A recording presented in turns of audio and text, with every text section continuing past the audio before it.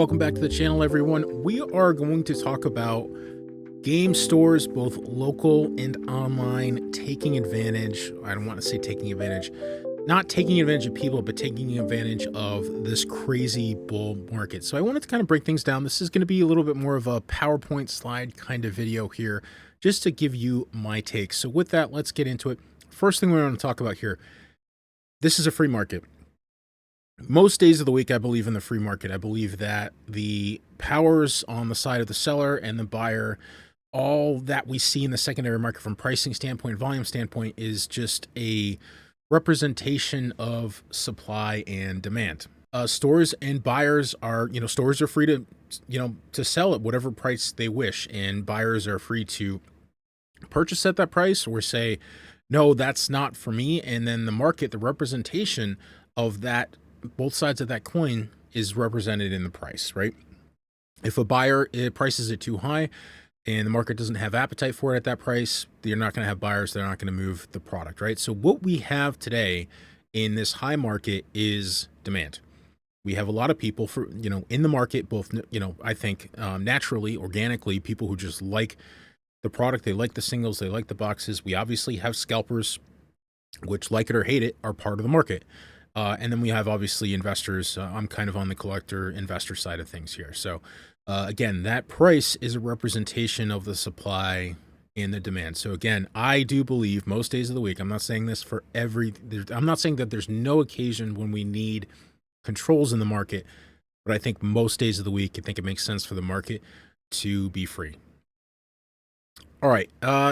Stores cashing in. That's kind of really the big take on this video. There's been a lot of drama online, locally, wherever, about stores raising prices above MSRP and essentially cashing in on this type of market. And again, we are in a free market, okay? Stores, there's nothing stopping them from listing product or selling product above MSRP. There's certainly nothing forcing you to pay those prices. Or there's nothing saying that you can't sit out whatever that is, whatever this market is, and say, hey, this isn't for me. I don't want to do this. There's certainly a lot of people who are doing that right now. So one thing to keep in mind is for quite a number of 2 years, really, about 24 months, the market was really low for Pokemon. To the point, Sword and Shield was doing well. At the end of that kind of 2-year run in 2023 into 2024. But for a long time, especially Scarlet and Violet, none of those boxes performed well. So these stores, when these new sets came out, were selling booster boxes at or around that $100 price point, and ETBs much, much less.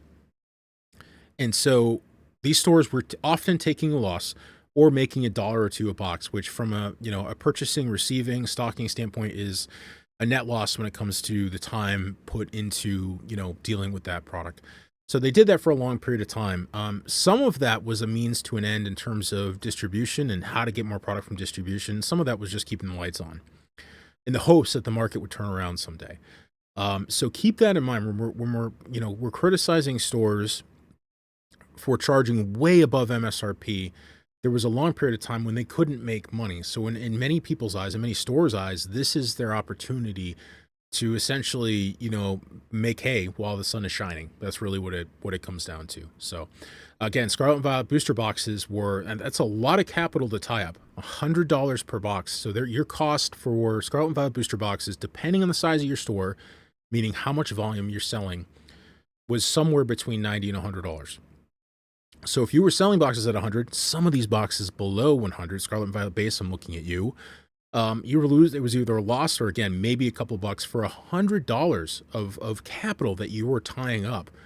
So when you're selling, you're making $3 to a few dollars of profit for $100 that you're tying up. That's a terrible, terrible ratio.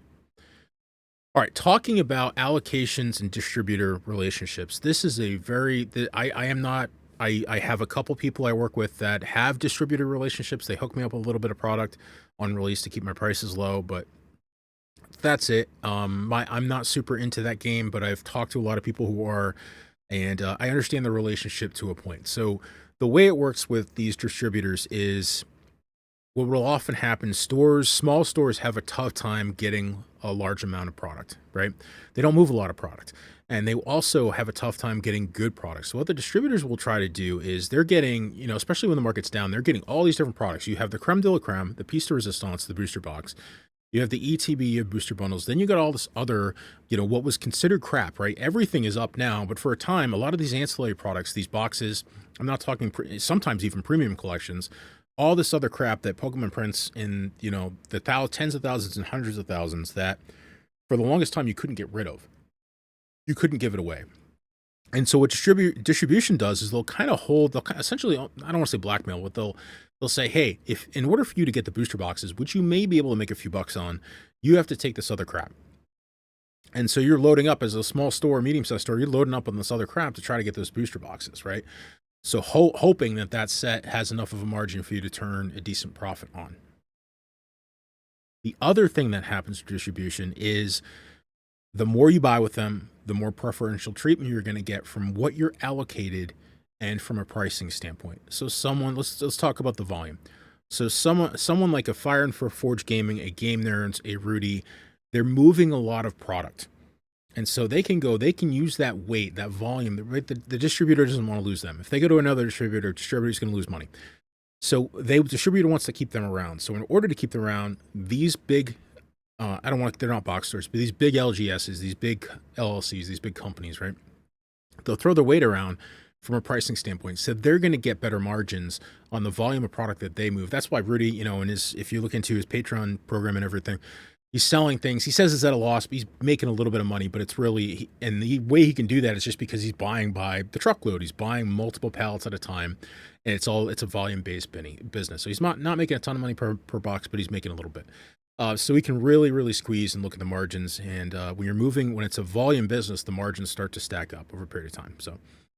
So again, as a store, you have to move a volume of product to try to, and what happens is you have to, in order to get allocations, let's talk about allocations. So allocations are how much your store actually gets after the pre-order window is closed and the distributor says, hey, this is what I'm giving you. You asked for 100 boxes, I'm giving you 50, right? So what'll happen, obviously, in the boom market right now, everyone wants everything as much as they can get. Well, now that piece of that pie, there's a lot more slivers of that pie because everyone and their brother wants product, right? So these big stores that have garnered these great relationships with the distributors are going to get a good chunk of that pie. And in times like this can make a lot of money. And they know that. And so part of their business strategy is, hey, in times of struggle, when the market's not so great and the margins aren't great, they keep pushing through distributor. They keep trying to get as much numbers as they can. Again, even if it's at a slight profit or a slight loss, because the market changes or we have good sets and the price goes up on the secondary market and they can get more for that box. And that is when they make their money. And then you multiply that times the volume that they do. So good margin times volume. And that's when they start making a nice profit. So again, I think one thing we have to look at is the difference between some of these large stores and small stores here. So small game stores, your local store that has play space, they probably have other products. They have Magic, Warhammer, tabletop, all kind of board games probably, right? They provide a different level of service. I like when they make money. I want them to make money. And it's hard for them to make money. They provide, to me, it's a piece of nostalgia. They support the community. They provide a play space. They add value to the community versus just a simple exchange of boxes. Again, and not to pick on some of these places, but the Forge and Fire, the Game Nerds of the world, they're just a place to buy product, okay? And again, they have every right to sell at these premiums. And I personally am not of the standpoint that they shouldn't do that or there should be some rules in place that they can't do that. Again, these are companies that have maybe some of them taking a loss for a long period of time, a couple of years, before they can start making serious profit on this product. So they could have struggled for a long period of time. And then the small game stores were struggling even more. Their margins were terrible. They were probably losing money on some of these products. So just keep that in mind before, you had no problem. I had no problem buying ETBs under MSRP or boxes under MSRP. No one complains when that happens. We complain when prices go sky high and then we can't get access to product. And keep in mind, so one thing we people don't talk about is there's no way for these stores to differentiate between who's buying as a collector, an investor, a scalper, or a kid, right? These online stores have no way of differentiating. So their thought is, at the end of the day, if I can't determine who is who, right? I don't want scalpers to get the product. If I list MSRP, it's just going to be gone, and scalpers are going to get that arbitrage. They're going to take from that retailer and sell it in a different platform where that price is higher and make the money. So again, you're trying to find a villain in this. There is no villain. This is just the market and the market dynamics and how it works. The way to deal with it is to say, I'm not going to support that store. Okay. Or I'm not, and I don't think that's right. I think that's punishing. I don't think that's necessary. Again, this is the free market. They're reacting to the market the way it is, right? At the end of the day, if the market's like this, we should have more product in the market to even it out. That's the only controllable in this thing. Or again, you say, I'm not gonna deal with this market right now. I'm gonna sit it out and wait for things to cool down. I've done that before. In some way, shape, or form, right now, I'm not ignoring the market, but I'm not deploying as much money because this is just it's too hot for me. It's too crazy, and the product's not in the hands of the people that we need to get the product in the hands of for it to be to have a for this to be viable long term as an investment, right? So something to keep in mind is that we have to have a buyer at the other end of what our plan is, right? So when situations like this happen and the market's crazy, again, I've said this before, for a nostalgia play, you have to have people who will fall in love with the product.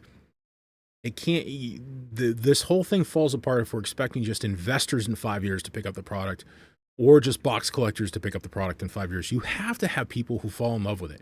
It has to be a part of society or this whole thing falls apart. And again, I've said this before, if for a situation like Prismatic, when that box is extremely high, I'm telling you, I think Prismatic's a bubble.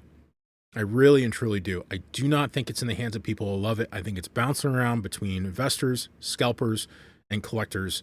And I think long term, especially the demand signal from the market is, hey, reprint the crap out of this Pokemon company, right? Because it's getting gobbled up.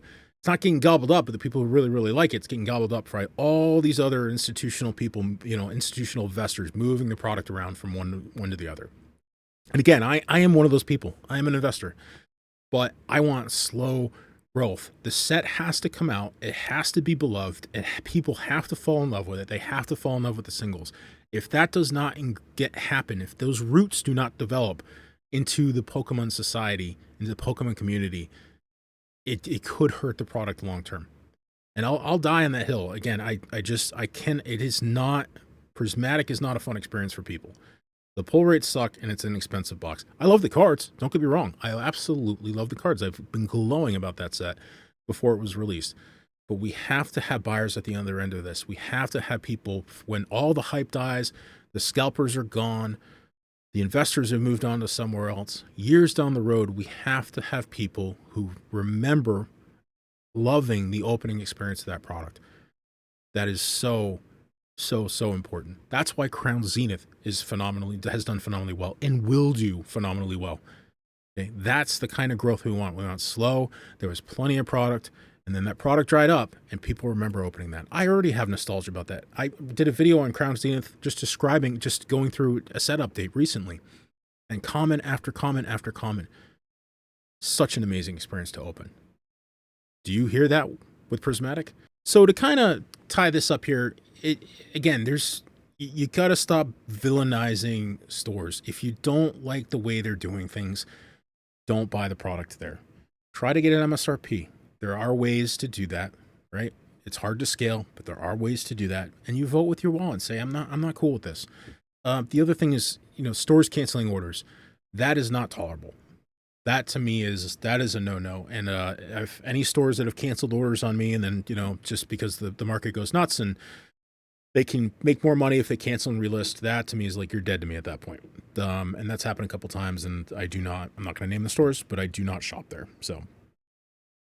So that's my thoughts on that whole thing. Again, I don't tend to villainize stores for responding to the market. And again, those stores were in a brutal spot in the 2022 and 2023 bear market when it was, some of the stores were just dumping product at a loss to try to recoup some capital. That's a lot of capital to tie up to then take a loss on. It's a lot.